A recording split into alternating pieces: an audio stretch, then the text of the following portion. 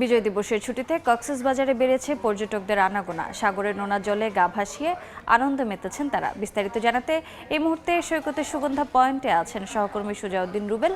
সরাসরি যাচ্ছি তার কাছে।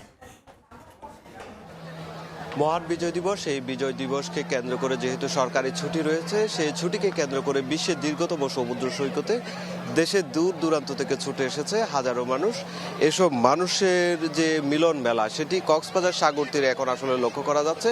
এখানে বিজয়ের উৎসবে মেতেছে মানুষজন। আমরা লক্ষ্য করছি সকাল থেকে সমুদ্র সৈকতের যে 3টি পয়েন্ট রয়েছে, লাবণী, সুগন্ধা, কলাতলি, এই 3টি পয়েন্ট দিয়ে পরিবার পরিজন নিয়ে দলে দলে মানুষ নেমে পড়েছেন এবং নেমে পড়ে এখন যেহেতু শীত মৌসুম, সাগর অনেকটাই শান্ত, আর রৌদ্র উজ্জ্বল আবহাওয়া, সব কিছু মিলিয়ে কিন্তু মানুষজন সমুদ্র স্নানে মেতে রয়েছে। অনেকে ফুটবল নিয়ে খেলছে, আবার অনেকে টিউবে গা ভাসিয়েছেন, আবার অনেকে দেখছি ঢেউয়ের সঙ্গে ধোলা কাচ্ছে। এভাবেই কিন্তু তাদের যে আনন্দঘন মুহূর্তগুলো তারা কাটাচ্ছেন। আমরা দেখেছি কয়েকটি পয়েন্ট দিয়ে এখানে আসলে জাতীয় পতাকা হাতে অনেকে এসেছেন পর্যটকরা।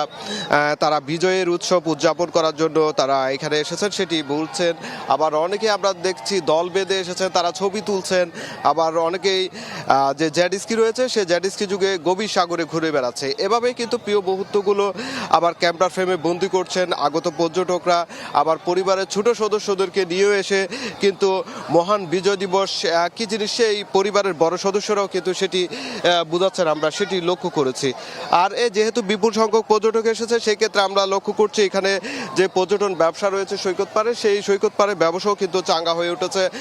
বিশেষ করে যে হোটেল মুটেল, 5 শতাধিক হোটেল মুটেল, সব হোটেলেই কিন্তু এখন অনেকটাই যে শতভাগ ভরপুর, সেটি আমরা তারাকামানা হোটেলগুলো সেটি জানতে পেরেছি। পাশাপাশি এখানে শামুক ঝিনুকের যে দোকানগুলো রয়েছে, সেখানে আসলে ভিড় লক্ষ্য করেছি। সকাল থেকে আমরা যখন বালিয়ার দিকে আসছিলাম, তখন সৈকত পাড়ে যে শামুক ঝিনুক থেকে শুরু করে বার্বিস পণ্যের দোকানগুলো রয়েছে, সেখানে মানুষজন ভিড় করছে এবং কেনাকাটা করছে, সেটি লক্ষ্য করেছে। আবার সমুদ্র সৈকতের যে ফটোগ্রাফার রয়েছে সহস্রাধিক, আবার অনেকেই বিচ বাইক রয়েছে, আবার যে টিউব ব্যবসায়ী রয়েছে, কিটকট ব্যবসায়ী রয়েছে, সবাই কিন্তু বলছে যে কাঙ্ক্ষিত পর্যটক এখন 16ই ডিসেম্বর যে ছুটির দিনে আসলে আসার কথা, সেই কাঙ্ক্ষিত পর্যটক এসেছে এবং কাঙ্ক্ষিত পর্যটক আসাতে তাদের যে ব্যবসা বাণিজ্য সেটি ভালো হচ্ছে। অন্যদিকে যে বিপুল সংখ্যক পর্যটকের আগমনকে কেন্দ্র করে কিন্তু যে ট্যুরিস্ট পুলিশ থেকে শুরু করে লাইফগার্ড কর্মী এবং জেলা প্রশাসনের নির্বাহী ম্যাজিস্ট্রেট সব দিকে আসলে নজরদারি বাড়িয়েছে।